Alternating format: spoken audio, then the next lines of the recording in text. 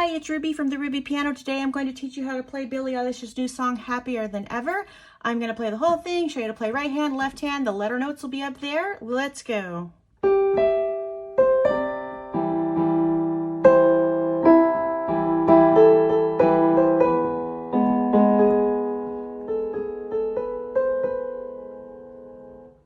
Okay, so that's how it goes. She only released a little tiny clip of it.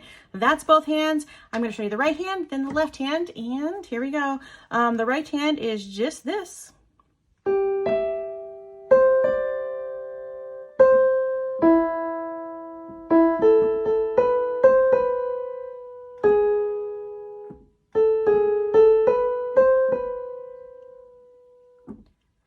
And just follow those letters right there. And then the left hand is going to be a C chord. Bum, C, bum, bum, bum. Then you're going to go down to an E. And there's two of those. And that's left hand. You put them both together, just like at the beginning. And that is how it goes.